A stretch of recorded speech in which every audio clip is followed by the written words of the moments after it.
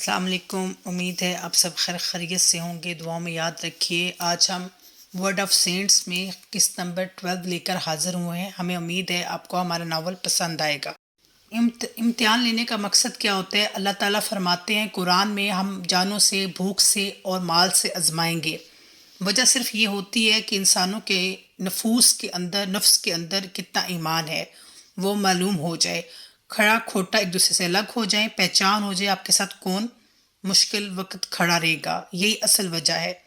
عباس پورا امتحان میں اترا، فضل الدین تو امتحان میں پورا اترتے ہی تھے، مگر باقیوں کا بھی امتحان لینا ضروری تھا۔ باقی سارے فضل الدین کو ناپسند کرتے تھے، وجہ ان کا ایمان کم تھا۔ وہ فضل الدین کی صلاحیتوں سے حسد کرتے تھے۔ ایک انسان اتنا صبر والا، بہادر اور ایماندار کیسے ہو سکتا ہے؟ بس یہ ان کو ہضم نہیں ہوتا تھا۔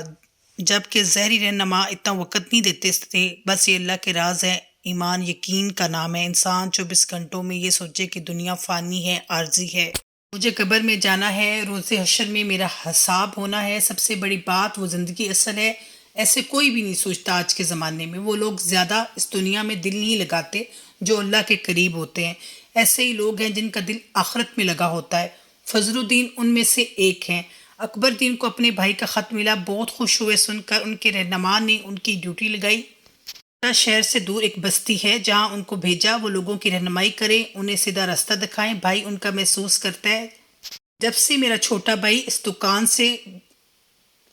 دکان پر آیا، ملا، بیٹھا اور گاہ ختم ہی نہیں ہوتا، برکت بڑھ گئی۔ اللہ نے ان کو رزق میں برکت دی اور یہ محسوس کرتے ہیں میرے بھائی کا اس میں بہت ہاتھ ہے۔ اس نے اپنا سامان باندھا اور مرشد خانے سے روانہ ہو گیا۔ ایک کپڑے میں سامان باندھ کر سر پر رکھ لیا۔ وہاں کے کچھ لوگ اس کے پاس آئے۔ تمہیں کیا ضرورت تھی فضل الدین کے ساتھ کھڑے ہونے کی؟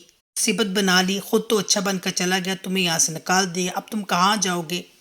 وہ مسکرائے، اللہ میرا حامی و ناصر ہے، میری مدد کرے گا، میری نیت جانتا ہے، میں نے جو بھی کیا صرف خدا کی رضا کے لیے کیا، میرا اور کوئی مقصد نہیں ہے۔ چندروتی کافی اداؤں والی لڑکی تھی، تم نے اسے بھی یہاں سے نکلوا دیا۔ تمہیں کیا فضل الدین اتنا پسند ہے؟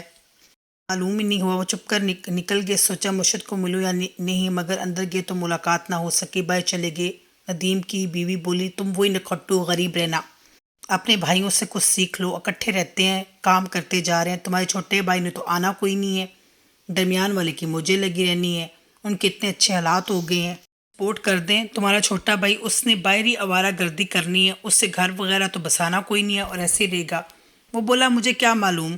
فضل الدین کی ڈیوٹی کلکتہ شہر سے تھوڑا دور ایک بستی میں لگی۔ جھگی والوں لوگوں کو اللہ کی طرف بلانا ہے۔